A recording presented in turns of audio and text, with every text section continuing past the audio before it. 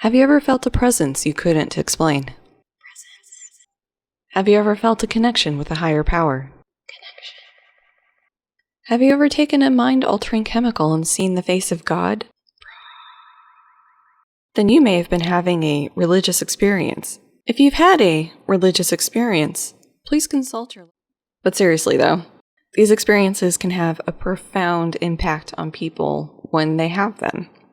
I've never experienced one, so I'm curious to learn more about them, especially as it relates to ability or willingness or what have you to leave your faith behind, because it's all well and good for me to never having had one become an atheist, but for people who've had these experiences, what's it like? So this series of videos will explore the nature of these experiences, what's going on in the brain, and in this video, if having one of these experiences is persuasive and powerful enough to keep people from walking away from their belief, or if people can have these experiences while they're still religious and spiritual, but ultimately end up an atheist.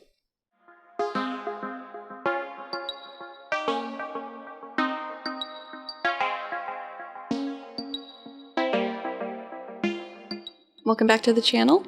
Today's video is an atheism video, and this is one I've been looking forward to doing for a while, so this should be fun.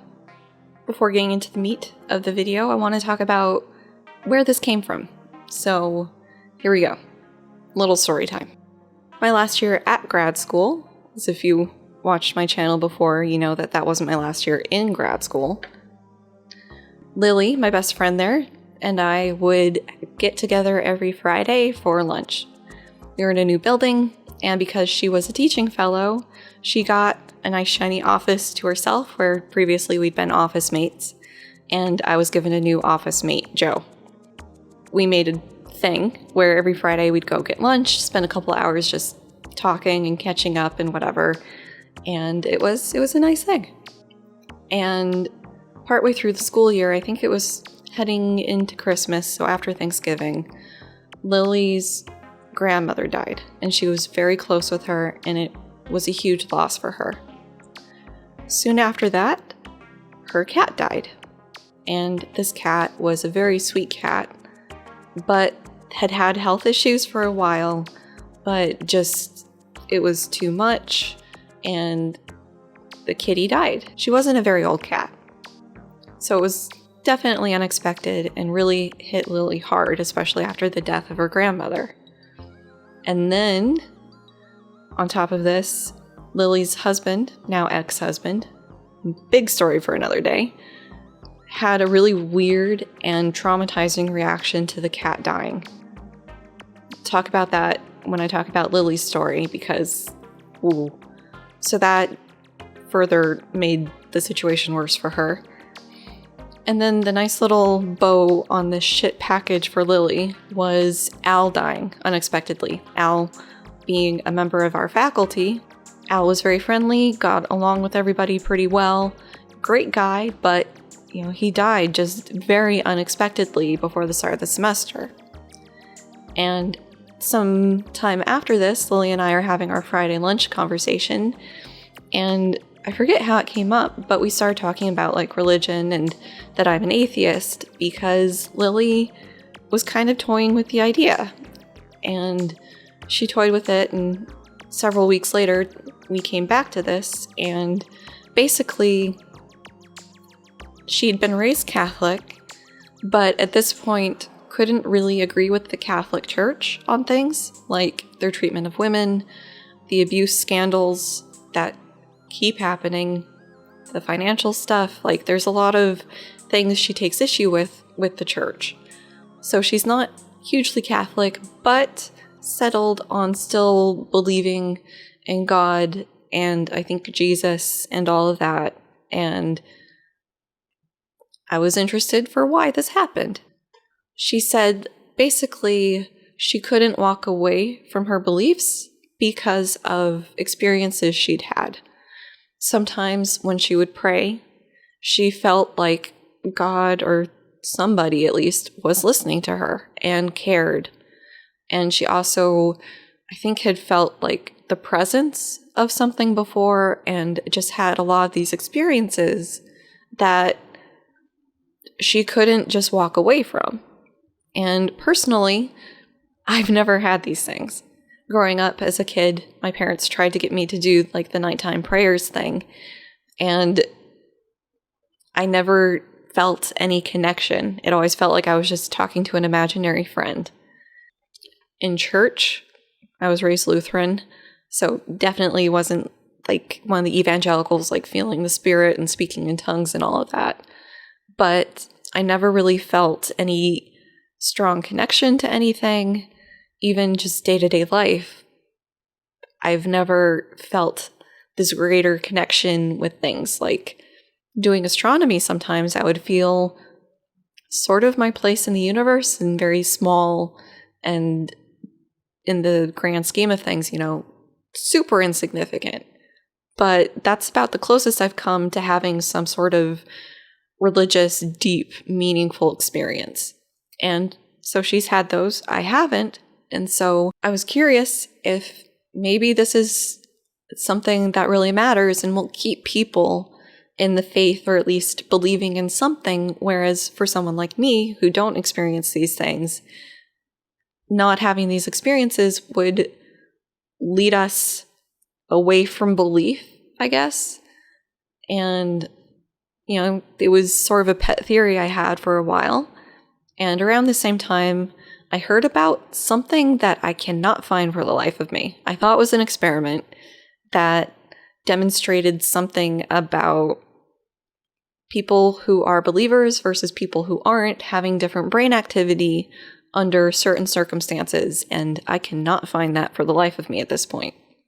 The closest I could come was the book called The God Gene, where a geneticist talks about finding a gene difference between people who have like these super religious experiences and stay faithful versus those who don't. And this is a very contentious book.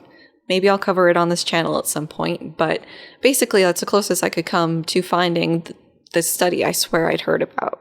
But long story short, this conversation and difference in experience that I had with Lily sort of drove this question of whether or not having these religious experiences or connection with a higher power would be enough to anchor somebody in belief when they're in a period where they're questioning their faith, or if they'd be able to sort of walk away from these experiences and still embrace atheism or lack of belief, or however you want to phrase it.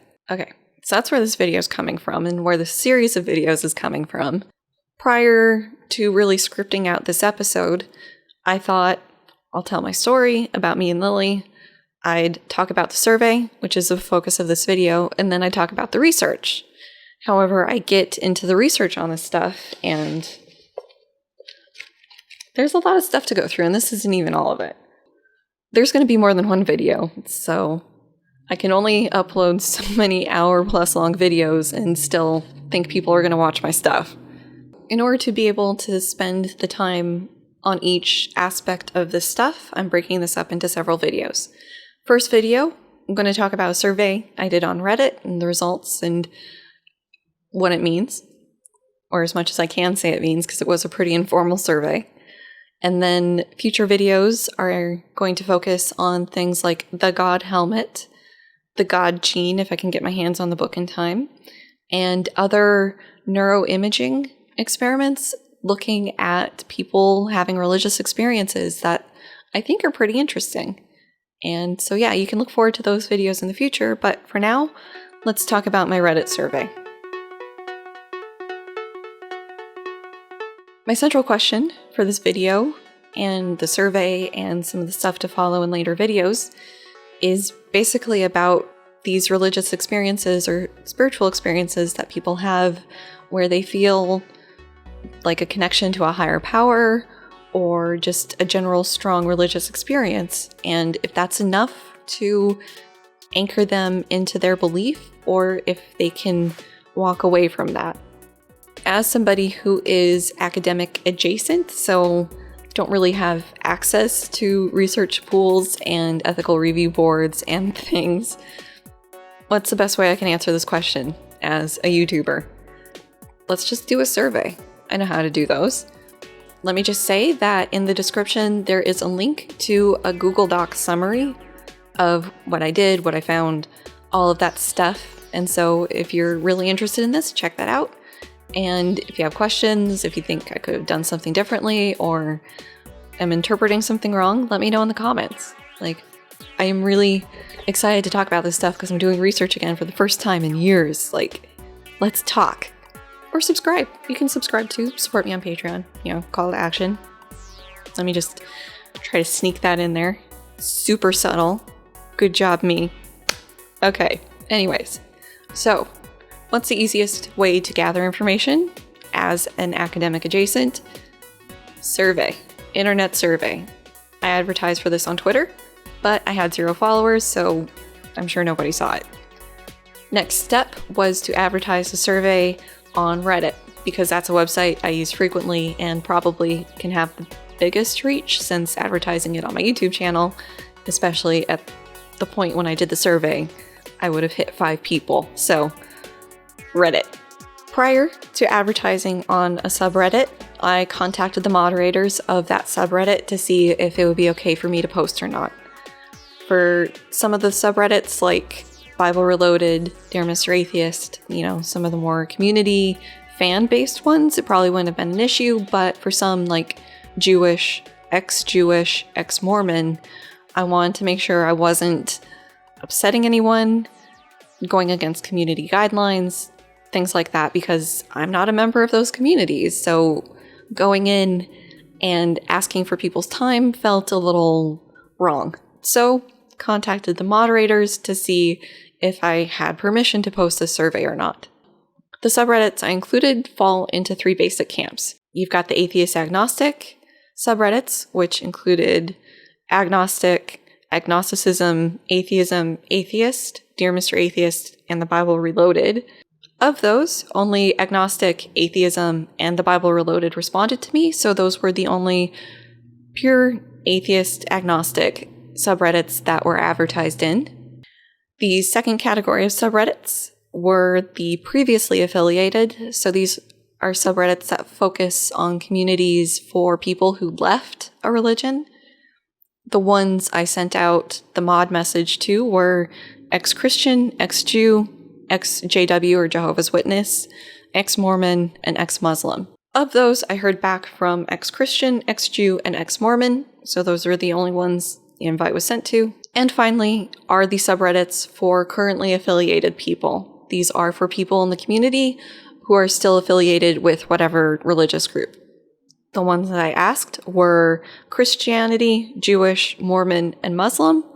Certainly, I could have been more exhaustive in this, but this is for a YouTube video. I'm not doing a dissertation on this, so if anybody wants to be more comprehensive in their invite list and try to get approval, by all means, go for it. You're welcome to. As I said, I messaged the moderators of the subreddit before continuing, and this is the message they saw. Basically, just I'm working on a video examining neural correlates of religious experience and would like to get a little more information on people's actual religious experiences that they've had. I'd like to make sure it's okay with the moderators before I actually post the survey. Thanks. Here's a link to the survey. Here's a link to my YouTube channel so that they sort of knew who I was and my background, potentially. I didn't necessarily advertise the fact that I'm an atheist in contacting the moderators, but if they were interested, it would absolutely come up on my channel. I didn't want to feel like anybody was hoodwinked into participating, or that if they knew it was an atheist behind this experiment, they wouldn't have participated, or at least as far as the moderators were concerned. Some of the moderators had clarification questions, or they wanted to make sure that I wasn't going to gather any identifying information. Told them nope, nothing identifying, just people's experiences, not getting age, email, nothing. Just their experience. And what am I doing with this? You know, whatever. Answer their questions, and once I receive blessing, I would post the following on the subreddit. Basically told people, like, I'm working on making a YouTube video discussing neural correlates of religious experience, and I would really be interested on people's religious experiences that they've had and their religious beliefs. And survey link. I didn't include a link to my YouTube channel because I really did not want to risk any accusation that I wasn't true in my intent. I wanted people's data. I wasn't trying to pimp my channel by doing so. I just wanted people's stories.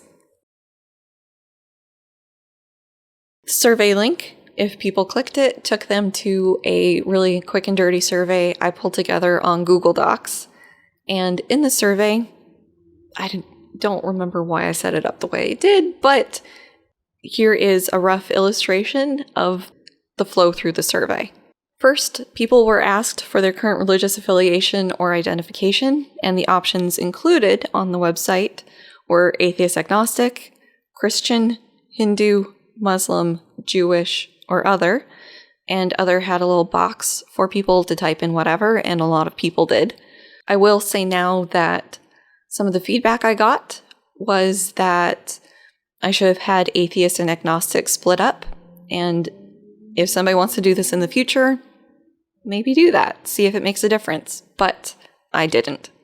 I don't remember why I divided this. I really don't know why I did. But if they identified as atheist agnostic, they were taken to one version. If they identified as anything else, they were taken to the other version, even though it was completely identical. I think this was like a weird E' habit that carried over. Anyways, the next screen that people saw was the question, have you ever experienced something you would call a religious experience? With the options of yes, no, maybe.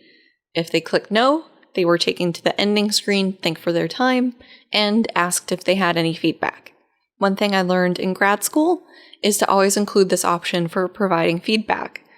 People in experiments or taking surveys can give you a lot of good information and insight into the experiment, what they think is going on, things that you might be missing, all of that stuff, so it's always something useful to include. If they selected yes or maybe, they were taken to a follow-up screen where they were asked, if you're comfortable sharing, and this was a huge caveat, like, if you're comfortable sharing, what religious experience or experiences did you have? And then another box for them to type in what they wanted to. And then the question, did your religious experience sway your belief, either towards more belief or less belief? Please explain.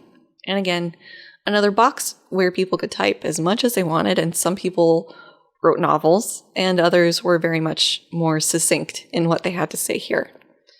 And after they answered these things, they were taken to that same exit screen, thanked for their time, because thank you very much for your time and volunteering this information. And again, if they have any feedback or comments that they'd like to add.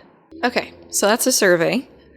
Now let's talk about who took it. So in total, 239 people took the survey. If you look online at it, which another link in the description box, you can see the responses. It shows 241, but Google had a hiccup twice, and two people's data or two people's responses were duplicated, so those were excluded from the analysis. So just 239 people participated in this survey. As I alluded to before, detailed demographic information was not gathered, so I don't know gender, I don't know race, I don't know ethnicity, I don't know age, socioeconomic status, country of origin, state of origin. Like, I don't know anything about these people other than what they identified as for their religious affiliation or identification. But we can infer some things, like they were at least fluent enough in English to answer competently. I've received worse grammar answers with university participants than I did in the survey, so definitely at least fluent in English. Have access to the internet, are Redditors, some things can be inferred, but definitely don't have any demographics on them. So then breaking down those 239 people into what they identified as, there were 181 atheists/agnostics, 19 Christians, 2 Hindus, 4 Muslims, 9 Jews. And breaking down the other option, we have 2 Buddhists, 1 Christian agnostic, 1 deist, 2 humanists, 2 Mormons, 4 pagans, 1 post-Mormon, 3 Satanists, 2 spiritual but not religious, 2 unaffiliated, and 5 undecided. Okay, so that's the methods done. Let's get into the results.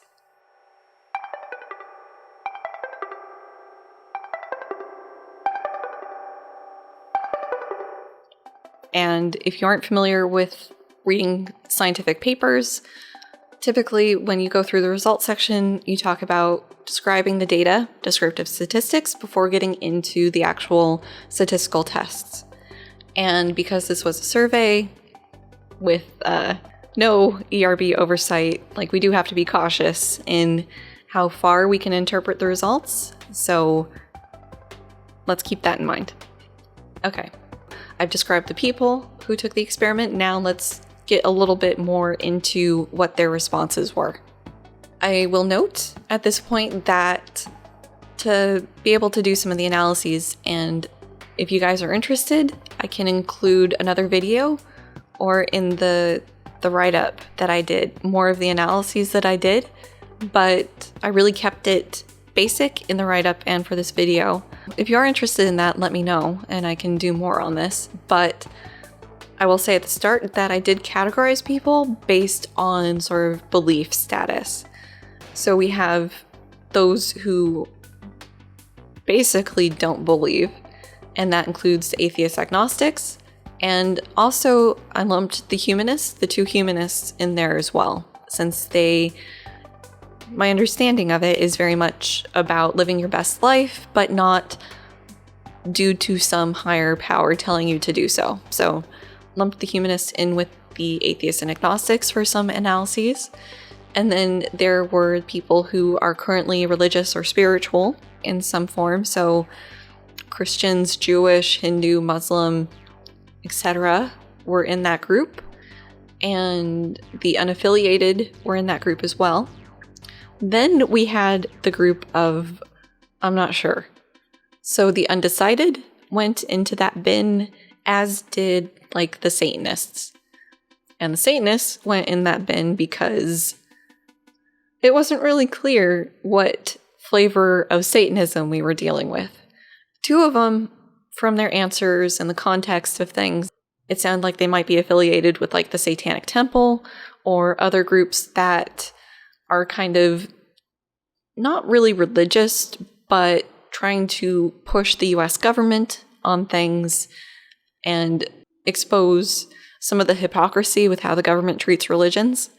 And so it sounded like they could belong to that. So non-believer, but then one person who identified as Satanist definitely sounded more on the believing side of things.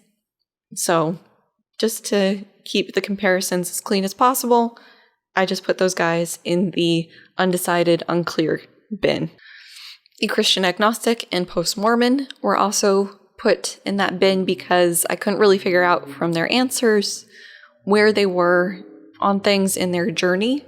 So again, to keep analysis as clean as possible, definitely agnostic, atheist, humanist, and definitely currently affiliated with some sort of belief system, and then I'm not sure. To look at the responses from the first question of, have you ever experienced something you would call a religious experience? Let's look at a table, because those are fun to show in videos. Not surprising, the atheist agnostic humanist group had a larger proportion saying no than yes or maybe. And so people like me who've never really had something would say no because they haven't really had a religious experience. Kind of surprising for me were people saying yes, they have had a religious experience, or maybe they'd had a religious experience in the atheist agnostic humanist group. So that's kind of cool. Then for the religious groups, there were a lot of yeses, some nos, and some maybes. And you can see in the table, basically, the breakdown there with Christians having a pretty good variety across the board. Other groups, like the Mormons, Muslims, or pagans, pretty much exclusively identifying as having had a religious experience. But something I do have to keep coming back to with this is that this could be a sampling issue. I didn't have great numbers of people responding, especially for the religious groups, so maybe with more responses, we would start seeing some of the no's and maybes coming up, but it's hard to say. So basically, takeaway from describing this part is some people had religious experiences, some didn't, and it really varied between the groups, either the broad clusters that I did or the individual groups that people identified as. There's variability for most of those. The next question was asking for detail on what religious experiences people had. And so for this, we bust out a skill that I haven't really used much: qualitative analysis. If your research method skills are rusty, we can break types of analysis into two major clusters, especially for psychology. There's quantitative analysis and qualitative analysis. Quantitative analysis, we're looking at quantities of things. Did somebody do something? Did they not? So the religious experience question, just did you have one, is kind of a quantitative question because it's yes, no, maybe. Cut and dry, one of those answers, and we can compare quantities of those things. Describing the nature of the religious experience requires qualitative analysis. We're having to go in and look at the quality of the responses and try to figure out what's being said. And it's not an objective, cut and dry, yes or no sort of thing. It's teasing apart the answers and seeing what's there. And this is something that we don't do a lot in cognitive psychology. Some branches do more so than others, like educational psych might look at qualitative analysis more because you're looking at student reports of things and having to tease apart what students are actually saying in their answers. But by and large, cognitive psychology, very much a quantitative side of things. So it was interesting doing a qualitative analysis kind of for the first time. To do this, I read all of the answers and tried to pull out themes that I saw in what people were saying. And I read through, would find a theme, refine the theme, try to figure out what commonalities there were, what differences, and basically ended up settling on the following 13 themes. One theme was just declining to share details, which, fair enough, that was an option. I'm not forcing people to share these sort of intimate experiences, so that is a theme that was seen a couple times.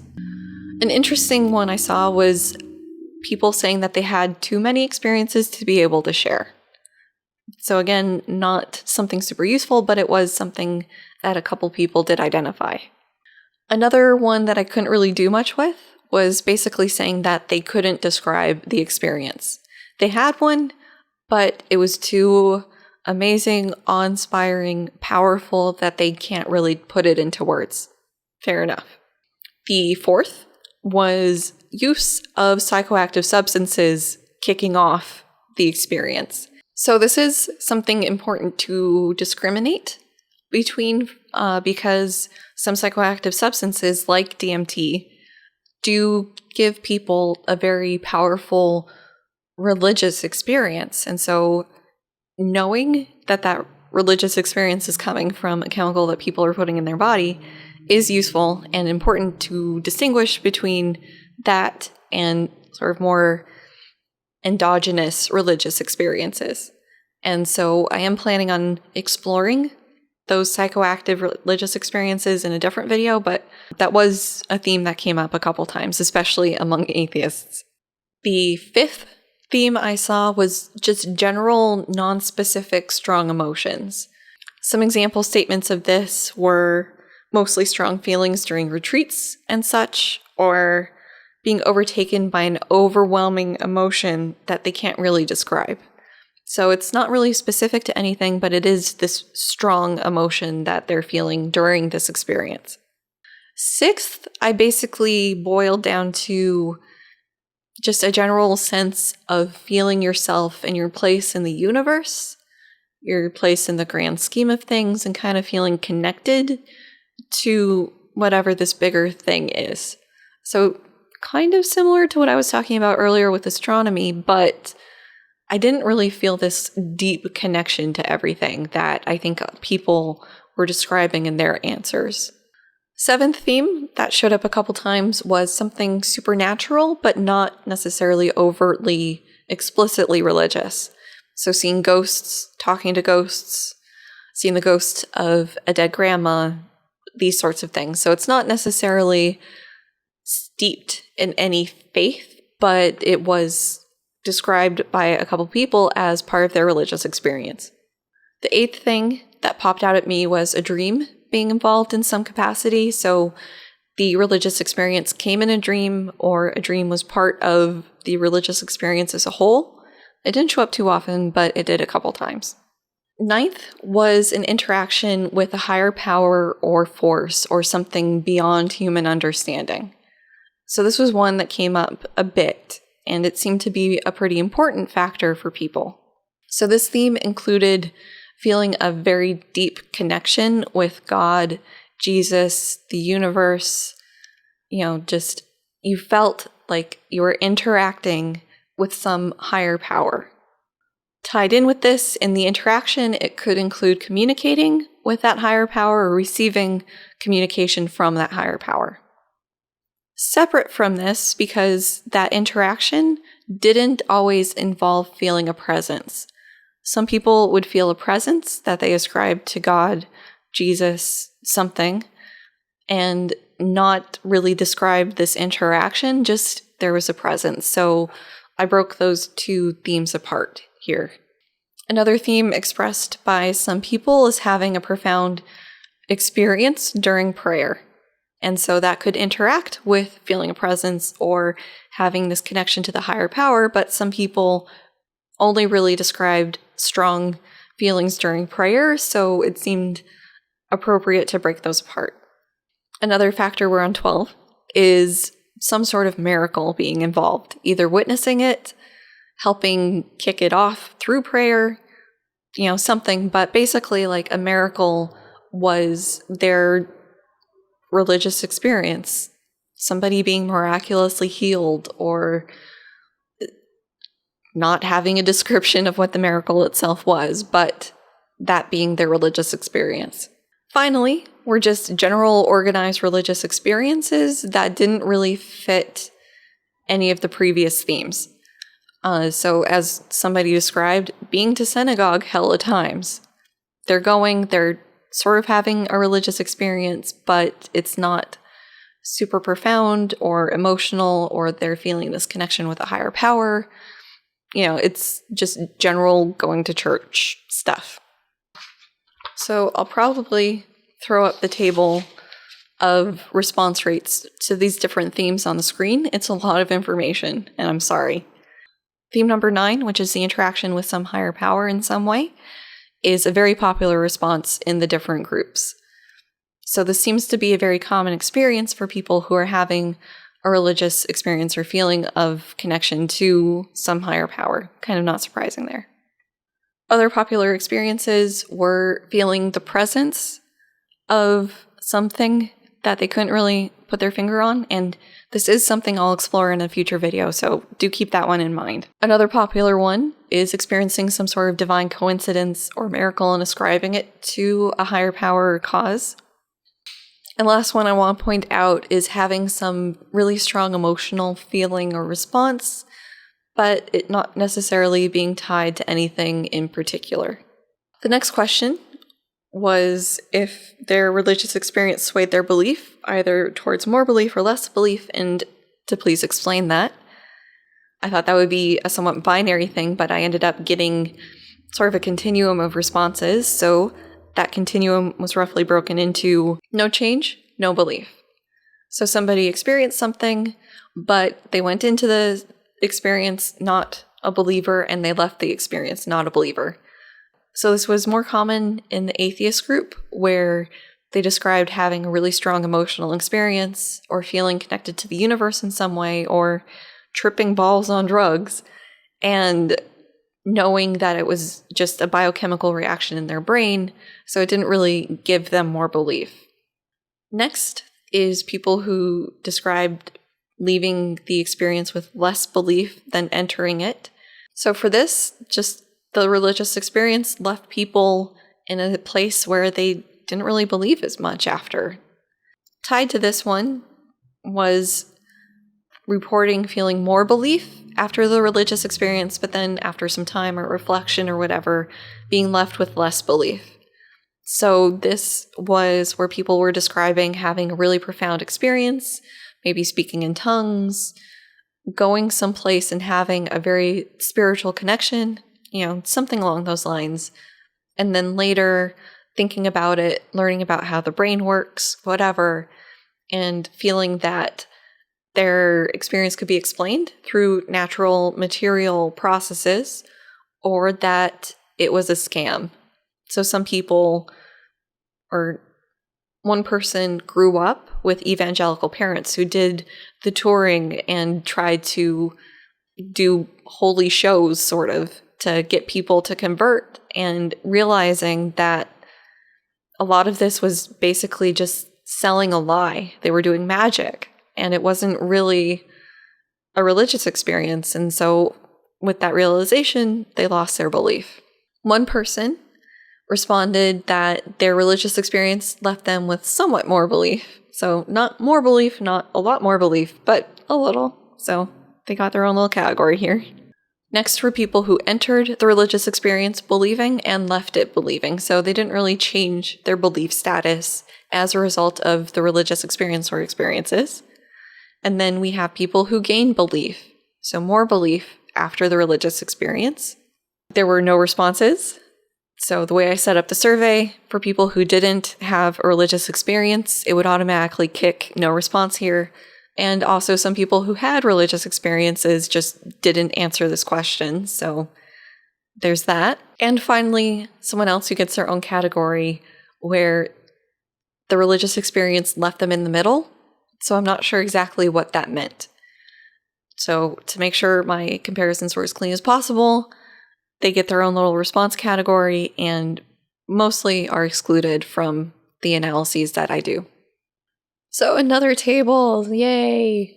Going to show this just briefly, but basically, here's the number of people responding under each belief group or not belief group for the different possibilities of less belief, more belief, and what have you. And so I do think it's important to point out here that a lot of people who identified as atheist and described having religious beliefs would comment in the feedback that they previously had believed but are now an atheist, agnostic, whatever. And so they were describing this when it happened, but they are now currently an atheist. So that's part of why there's a high number of, or a non-zero number of people saying it shifted them more belief in the atheist or agnostic group. So the write-up has a couple more comparisons, but for this video, I'm only going to focus on the one related to my research question. So to reiterate, is the feeling of a religious experience or experience of a higher power enough to anchor people into religious or spiritual beliefs? There's a couple different ways we can get at this, so let's talk about those. If this was a case that having a religious experience was enough to keep somebody a believer, then there shouldn't be people in the atheist plus group, so atheist, agnostic, or humanist, who have had a religious experience. Fortunately, this is really easy to test for in a couple different ways. Only looking at the people who identified as atheist, agnostic, or humanist, so excluding data from the religious affiliated or spiritual groups, or I couldn't really figure out where to put them groups. This is only the atheist, agnostic, humanist. We can do a couple t-tests. So the first t-test, a t-test is a type of statistical test where we are comparing two groups against each other. And with these t-tests, basically, I'm comparing the answers that people gave me against a set value. You can also compare two groups on their responses and things, but this is the simplest t-test that you can do. The first t-test I did, I compared their answer, if they'd ever had a religious experience, against 0. And to do this, basically you have to score people's answers into numerical form. I did this 2 different ways. So the first way, a 1 equaled 2 points, a maybe equaled 1 point, and a no equaled 0. And I did this so that it would make sense for the statistical test. So if nobody is having religious experiences, the average score for all of the people in this group would be 0. But if people are having religious experiences, it'll be greater than 0. This t-test, I did it and found a significant result, which means that probably 95% of the time you would get results like this. And I think even to the 99% level. If you were to run this experiment 100 times, one time you would get results like I did just due to chance. That's what the p-value means in this case, the probability of this happening due to just random chance. We can be relatively certain that atheists, agnostic, and humanists have had, on average, a religious experience at some point in their life. And this goes contrary to what I'd thought going back to that story with Lily at the beginning of the video. I thought that if you had some profound religious experience where you felt like you were communicating with a higher power, or you felt the presence of a higher power, you wouldn't be able to sort of just discount that and become an atheist. And I was wrong. The survey is telling me that I'm wrong on that count.